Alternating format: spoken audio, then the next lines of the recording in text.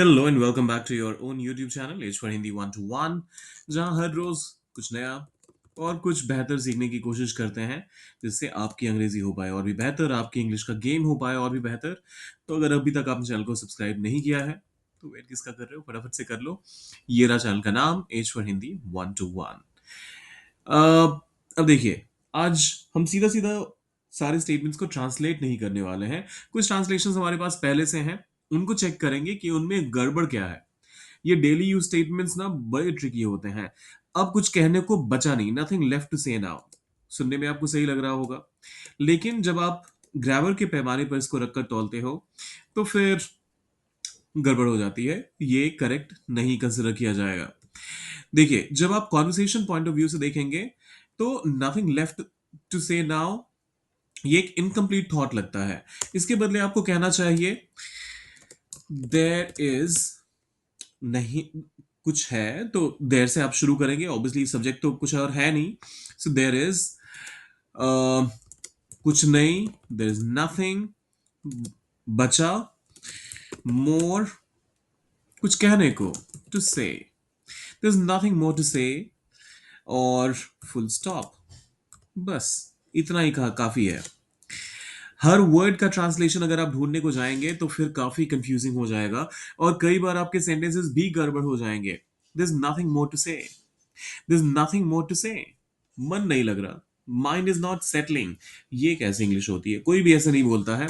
इसके हालांकि बहुत सारे करेक्ट वर्जन हो सकते हैं, मैं आपको दो बता देता हूं। आप कह सकते हैं आई am feeling board, I am feeling board, या फिर आई एम फीलिंग डिसंगेज्ड। मतलब जो भी काम मैं कर रहा हूं उस काम में मन नहीं लग रहा है, so I am feeling disengaged. So I am feeling bored और आई एम फीलिंग डिसंगेज्ड। ये सब किस्मत का खेल है। It's all a game of fate. वाह, वर्ड फॉर वर्ड ट्रांसलेशन का ये प्राइम एग्जांपल हो सकता है। प्लीज इसको कीजिएगा अवॉइड।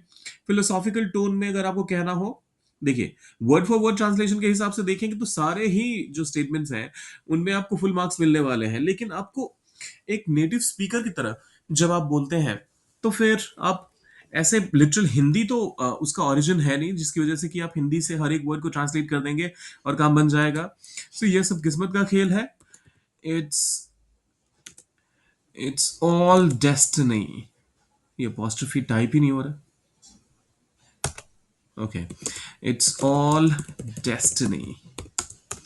सो ये सब किस्मत का खेल है। It's all destiny. तुमसे ये उम्मीद नहीं थी, didn't expect this from you, और ये बहुत कॉमनली लोग इस्तेमाल करते हैं। लेकिन इसके बदले अगर आप कह दें I didn't expect this of you, तो भाई साहब बल्ले बल्ले हो जाएगी। बहुत ही कमाल का हो जाएगा ये। देखिए, जब कभी भी आप किसी से डिसअपॉइंटमेंट शेयर करना चाहते हैं, किसी को ये कहना चाहते हैं कि आप जो भी कहा जा रहा है उस चीज से मतलब कुछ बेहतर आप उम्मीद कर रहे थे सामने वाले से, तो ऐसे में एक्सपेक्ट समथिंग ऑफ का भी इस्तेमाल कर देते हैं, और खासतौर पे ये डिसअपॉइंटमेंट के केस में इस्तेमाल होता है। सो आप एक्सपेक्ट दिस ऑफ यू का इस्तेमाल भी कर सकते हैं इस केस में। दिल से कह रहा हूं, saying from heart.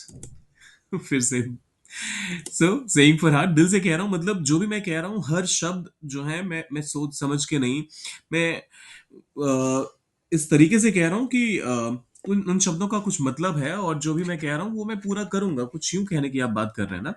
So I mean it, simple, I mean it, I am saying it from heart. दिल से कह रहा हूं का वो लिटरल ट्रांसलेशन हो जाएगा, वो मत कीजिएगा। फिर आता है, तुम मेरी बातों को बुरा मत मानो, don't feel bad about my words.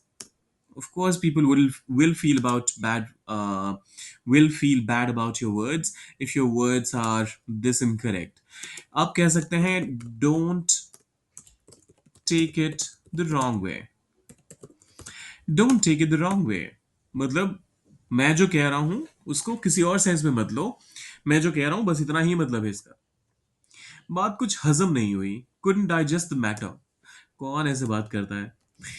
Something doesn't sit, something doesn't sit right। मतलब जो भी आप कह रहे हो वो सारे जो उसके पेंचे हैं वो सही फिट नहीं बैठ रहे हैं, पूरी कहानी सही समझ में आ नहीं रही है। तो आप कह सकते हैं बात कुछ हजम नहीं हुई, something doesn't sit tight, sorry sit right, something doesn't sit right. ऐसे कैसे, हाउ कम लाइक दिस, ये इनकरेक्ट टू द कोर है।